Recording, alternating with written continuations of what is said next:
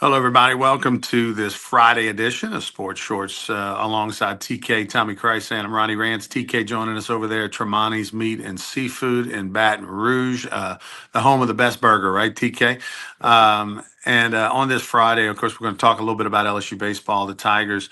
A big series. I don't know if it's I think every weekend's a must win, but my God, this feels like a must win after being swept last week against Ole Miss. You feel like LSU feels like they have to win the series against A&M, who's red hot right now. And then, of course, we're right around the corner from the draft. We've got some great LSU gymnastics news to tell you about. Of course, they're in a Final Four, trying to win another national championship. They won one a couple of years ago, trying to get another. They'll be doing that at 3 o'clock tomorrow. There'll be a lot of Tiger fans over in Fort Worth, Texas. A whole lot more. By the way, Carl Ravitch and Kyle Peterson, they'll be on the call for LSU baseball this weekend. They were a little TMZ action. They were seen last night at Tsunami downtown Baton Rouge having dinner. So Kyle Peterson, excuse me, of course, the voice of college baseball analysts, and Carl Ravitch, who's been with ESPN for a long time, both going to be on the call so that's kind of gives you an idea how big the series is. I've always enjoyed listening to Kyle Peterson. Some people don't like it, but that's subjective. But I just like the way he presents things and the way he analyzes things. And one thing I like about it, he tells you things you maybe don't know. Like he doesn't just say, okay, if he throws ball four here, it's a walk. We know that. But I really, he's grown on me a lot as an announcer. So the LSU fans who won't be at the box, they'll be able to watch those two guys. That'll be fun. I think the thing that Kyle Peterson has, that distinctive voice and cadence. I mean, like he's just got great chops when it comes to that. And that's natural. Whenever I hear his voice, you immediately associate him with college baseball. Like he's the Dick Vitale, if you will, not the personality of a Dick Vitale, but how Dick Vitale is so associated with college basketball. I think the same way with Kyle Peterson. He doesn't do a lot of Major League Baseball, but he is Mr. College Baseball. And of course, he's tied in with D1Baseball.com and all that kind of stuff. He's from Omaha, pitched at Stanford. So, anyway, always a big game kind of when Kyle is in town. And of course, he's a big fan of LSU. He won't necessarily say that on the air. He's got to be unbiased, but he's a big fan of the program, the history. He always enjoys coming to Baton Rouge. Didn't he speak at the first pitch banquet one year? Yeah, a few years ago he did. Yeah, Yeah. yeah. So I Yeah. mean, yeah, he has an affection for LSU because he understands that what Skip Bertman built and what's been carried on. He understands that and appreciates it, and I think that kind of comes through if you kind of listen between the lines, as they say. Well, as far as LSU baseball goes, no Chase, not Chase, Seth. I mean, it's so hard for me to keep to say that Seth Dardar. Chase Dardar played at LSU 15 years ago or so, 20 years ago, was a pitcher. But Seth Dardar, not going to play again. Not going to play. He didn't play Tuesday night. Didn't play Sunday. Didn't play Tuesday. And not going to play this weekend. He's out this weekend. So is Cooper Moore as well, the number 2 starter, which we don't know what the injury is exactly. We just know it's an arm injury, and that is, I mean, it's just devastating. You're not going to get any long-term prognosis. You're probably not even going to be told he's having surgery until after he's had surgery. That happened a few years ago where he was like, yeah, he's probably going to need surgery. And the pitcher had literally had surgery like 2 days before. So Jay just doesn't give you anything. But Now they said more through a bullpen, a light okay, well, that's good to bullpen. know. Yeah, he said he threw a light bullpen, and then what I read was he didn't feel anything out of the normal after the light bullpen. So I don't know what that means. 15 pitches, I don't Well, know, Tommy, but what that means is, in Jay Johnson terms, he might start tomorrow night. I mean, Jay famously said about Stanfield, yeah, he's 7 to 10 days away, and then the next day he pinch hit. So, yeah, he don't be surprised to see Cooper Moore this weekend. Then is what that means. So we'll be on standby. But yeah, that's a huge loss, and then without having Dardar in there, who'd been so good offensively until really the ankle injury, which happened on a Tuesday night where he slid into second and jammed his ankle and hasn't been the same since. Um, but Texas A&M on their side, they won two last week against Texas, and the third game got rained out. The rotation this weekend will be Kason Evans, William Schmidt, and then TB, determined on Sunday. I kind of assume it's going to be Grant Fontenot. Grant Fontenot threw a third of an inning on Sunday, 15 pitches. Then he turned around and threw two good innings on Tuesday, 30 something pitches. Obviously 4 days rest, after throwing two innings, he should be fine because they're not looking for Grant Fontenot to go long. They're looking for Grant Fontenot to go three, so they started him 2 weeks ago against Tennessee. It went fine. Last week against Ole Miss, it didn't. He pitched well enough on Tuesday to where I think I would probably give him the ball just because they don't really have another option. I mean, they got options, but nothing better. So might as well give the veteran a chance to see what he can do because he came off of a good one. If it's not him, then it'll be Cowan, maybe Guidry. I would assume Cowan, if he doesn't throw Friday, Saturday, would pitch on Sunday. But I can't imagine a scenario where he doesn't pitch on Friday or Saturday. It'd be a As far good as Zach thing if Cowan he is doesn't concerned, have to pitch. He doesn't have to pitch. That means things are going good for LSU. or really bad, Or right, yeah, or they're right. down 12-0. Yeah. Or it's so bad they don't want to burn him. Yeah. Yeah. Well, Way up or way down is the scenario. Yeah.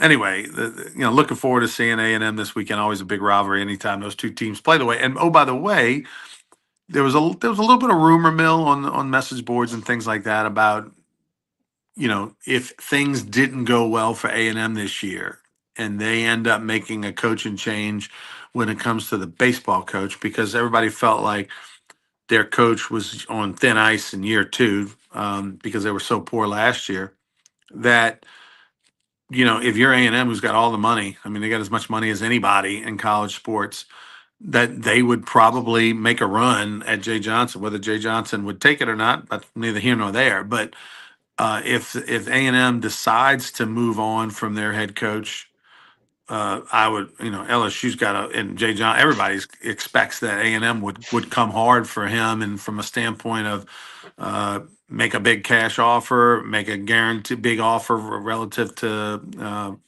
revenue sharing, and things like that.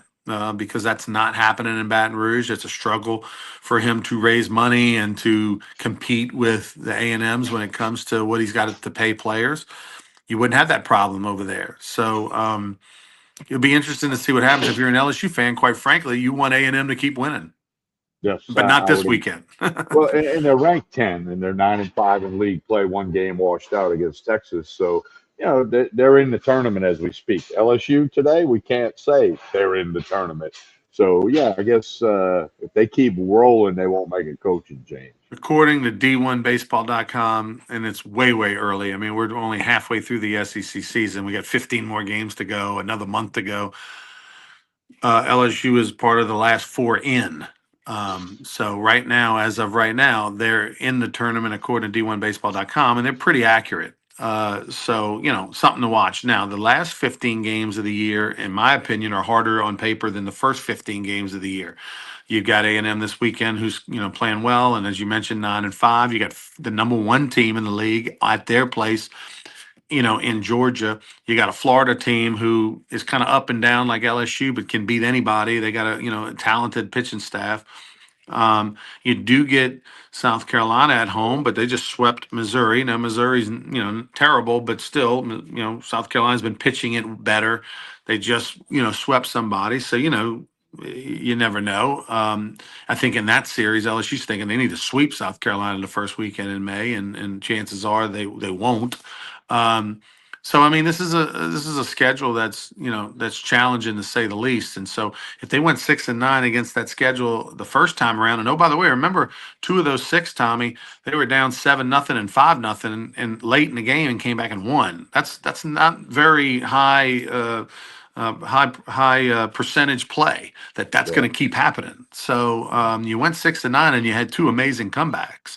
Um, what can you do if you don't have those comebacks? So yeah, yeah. it's gonna be an interesting 15 games left to play. If I were a betting man, and I'm not quite Hunter McCann, I would say that LSU is going to squeak into the tournament. I can see them, going 7-8 in the second half and get you to 13 wins. And of course, I think the committee's looking for to get LSU into the tournament. So 13 wins in that league, probably enough to justify it for the committee. But if you get to 12 wins, then I don't know that I don't think you do, especially because they had some devastating non-conference losses. Yeah, and again, big games. All games are big, but this weekend's going to tell a tale. If they win 2 out of 3 or somehow get a sweep, which I don't see happening, then it changes the narrative. But right now, it's a coin flip narrative. We'll call it that way. You use your word, coin flip. What else we got going on, TK? Well, the NFL draft will start next Thursday in Pittsburgh. They've turned this draft thing into a big party. The Saints are scheduled to pick eighth in the first round, and they have a total of 8 picks. A little numerology for you there. They got a couple of picks in the fourth and fifth round. But a lot of the mock drafts, and I'm not a fan of mock drafts, but I think the Saints may trade up or down. Would they go wide receiver? They go cornerback? They go running back? I don't think the Love guy from Notre Dame will still be there at 8. But we'll just have to wait and see. The Saints, Mickey Loomis, have been known to trade up and down over the years in the draft. So it'll be interesting to see what pieces they can add to the puzzle for Kellen Moore's second year in New Orleans. Yeah, I think you're hearing a lot of prognosticators saying that the Saints are going to package that pick or trade up, trade back, whatever. I mean, trade down and package that pick. That would make sense. Now, Mickey Loomis doesn't normally trade down. He usually, if anything, trades up. I don't know if there's an obvious trade up situation for the Saints. Not in the first, not the eighth pick overall. Maybe a trade up later, but not trade up in the eighth pick because I don't think there's a obvious like we gotta have that guy, or like a lot of teams would do if they were wanting a quarterback. They might trade up for a quarterback, but I don't think it's worth what you'd have to get up to move from 8 to wherever. Well, and here's the other thing. Tomorrow morning on Sports Church Radio, we get Joel Davis's latest on the Saints draft and what he thinks they'll do. He follows it pretty closely, and he knows the needs and the wants. And so, does he follow it that closely, though, Tommy? I think honestly, he does. I think he follows. I think he follows closely. it more closely than I. But I think there's a lot of just Joel pontificating. Well, that could be the case, but a lot of people look forward to Joel's segment on Sports Church Radio. And, of course, we'll have that tomorrow from Mr. Carter's Barbershop down in Prairieville. And I'll put it up on the screen. We're now streaming live on Facebook and YouTube with the radio show. So you can watch it later in the day. We had a lot of comments last week. Oh, this is great. I can watch it later or watch it Sunday night to see what the gang all says. So do check that out tomorrow morning. NBA playoffs going on right now. Of course, Joe Dumars had his end of the year press conference with the Pels a little bit. It was an interesting press conference how he, he's pretty candid, talked about how there's, he's like, man, there are so many reports out there about who the coach is going to be. And he goes, quite frankly, it's laughable. Like these people that claim to be insiders and these people that claim to know what's going on and all that, like they don't know anything. He goes, we just sit here and go, where did that come from? And I thought Joe was pretty honest about it, about his take on that. Well, he's been around the NBA forever, going back to his playing days and world championships in Pittsburgh. Of course, he's from Natchitoches, Louisiana, went to McNeese. He's a member of the Louisiana Sports Hall of Fame. And, if anybody knows the NBA, and he worked in the Detroit Pistons front office for many years before he ended up in New Orleans. But I can see how I think he's candid. He's straightforward. And I can see how he says, where'd that come from? But he could be just playing the card, too, because he was asked if Dawn Staley, the South Carolina women's coach, would be a candidate. And he kind of said, well, I think there'll be a woman head coach in the NBA one day. And he left it at that. So I don't think they would hire her at this point, but you never know. I mean, in today's world of sports, Ronnie, you and I have been watching sports and following sports forever. You can't be surprised anymore. It's something that might happen, be it a coach thing, a player thing, a trade, or whatever, a relocation. I mean, it's all part of it now. Look, as far as you have women announcers, you have women play-by-play people, women color analysts, you have women referees. women umpires in Major League Baseball. So my point is, and from a sports standpoint, you have numerous NFL teams that have women assistant coaches. Kind of not coordinators, not high level assistants, but like assistants to assistants that are very involved. Multiple teams have female coaches. So yeah, will there be a woman head coach in the NBA one day? I would say, gun to the head, yeah, there would be. Yeah, I would love to have seen Kim Mulkey be a men's basketball coach. I would love for, like, let's just, I would love for her to give it a try. It's not going to happen at this phase in her life and whatnot, but could Kim Mulkey have been a men's basketball coach? Absolutely. Absolutely. There's no doubt in my mind, and probably a darn good one. But that would have been fun to see. And all it takes is that one person like her to do it, and then it'll open up the floodgates for others to be considered. I agree. I mean, again, that's the landscape now that we have, and I think years ago when they were looking for a men's basketball coach, maybe when they were looking for McMahon before Mulkey was here, her name popped up. Like, wouldn't they do that? So sooner or later, it's going to happen. I agree with you. Yeah, I mean, if they wouldn't have, say, landed Will Wade, if Will Wade would have said, "Hey, I'm going to stay at NC State and sign an extension," and look, LSU men's basketball is pretty down, when it comes to attendance and interest and caring and all that prior to Will Wade coming back. If you wanted some juice, flip her over to the men's side, you know what I mean, for 3-4 years and let her get that going. It would have been pretty interesting to see. It would also been interesting to see how quickly the women's basketball would have downturned. And what I mean by that is not necessarily wins and losses, because I'm sure if you would have moved her to the men's side, you'd go get a good coach, But it'd be interesting to see how many of those fans move over to the men's side, right? This is all hypothetical. It's never going to happen, but it's just fun banter. If she had gone over to the men's side, how many of those thousands of basketball fans are truly Kim Mulkey fans versus LSU women's basketball fans? And I would venture to say they're mostly Mulkey fans, because they weren't there when Nikki Caldwell was the coach. There was 400 people, 500 people at those games.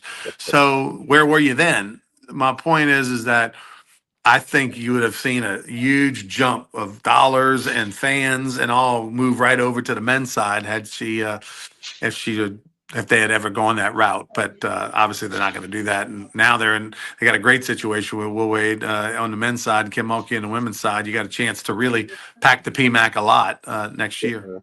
Attendance should be up for the men, no question about that. And of course, it's been solid for the women, certainly. All right, TK, what else we got? Tell us Well, about Tremonti's. Well, first off, Ronnie, it's getting close. Get your Baton Rouge Rougarou season tickets. Get your Lake Charles Gumbo Gators season tickets. I got the websites up on the screen here. Go check it out. It's a great deal. So many other things. I have a kid birthday party. There's so many things at both games. It's truly maximum entertainment. It's not too early now because we're dang near the end of April.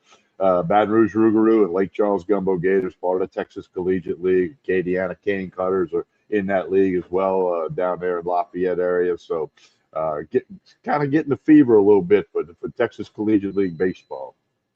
Yeah, I tell you, it's right around the corner. And look, Tommy, I wish we had the ability to do it in Baton Rouge, and maybe one day whether we move to a new stadium or whether we have some sort of remodel of the stadium we're at, where we could have this setup. But in Lake Charles, we actually have reserved seating for a portion of the section. We have all you can eat reserved seats. I mean, that's pretty cool, So you pay, it's $25 a game, or you buy a season ticket and it ends up being like a little over $15 a game. And you get a reserved seat, your name on your chair, you get all you can eat food and drink, you get 2 alcoholic beverages a game included in the all you can eat, soft drinks, water, whatever, along with the food. And you'll even have a server come bring you the food. If you don't want to wait in line, we'll have a Gator girl on part of our dance team. They'll be working that section, going and getting food for you. So that's a pretty good deal. Very good deal. Looking forward to it. I'm starting to get amped up a little bit for the Texas Collegiate League. Like you, it'll be my 5th year involved. Obviously, you're the owner, and I've been involved since the day you bought the Rougarou. So looking forward to it. All right, Tommy. We're going to tell us about Tremonti's as we get out of here, and we'll be back on the air tomorrow morning, 10 to noon, ESPN Radio, Lake Charles, Lafayette, Baton Rouge. We'll be live at Mr. Carter's Barbershop, so I hope you tune in. We'll have some special guests that will join us on the show as well. All right, Ryan, appreciate it. Don't forget Tremonti's Meat and Seafood here in Baton Rouge on Jefferson Highway. Boiled crawfish hot out the pot, 3 p.m. today, 3 p.m. tomorrow. They can cater your crawfish bowl, whether it's a large event, small event. Crawfish prices a little better now that we're past Easter. So check out Tremonti's on Jefferson Highway in Baton Rouge. You'll be glad you did. We've mentioned radio tomorrow, Sports Shorts Monday night, 6:30 at Court Street Cafe in Port Allen. Hey, like and share this show, whether you're watching on YouTube, Facebook, or X. It helps a whole lot. If you just hit the like button, you hit the share button, and do that for Sports Shorts Friday, Sports Shorts Monday, Sports Shorts Radio, whatever we got going on. On behalf of Ronnie Rantz, I'm Tommy Krysan. Enjoy the weekend, everyone.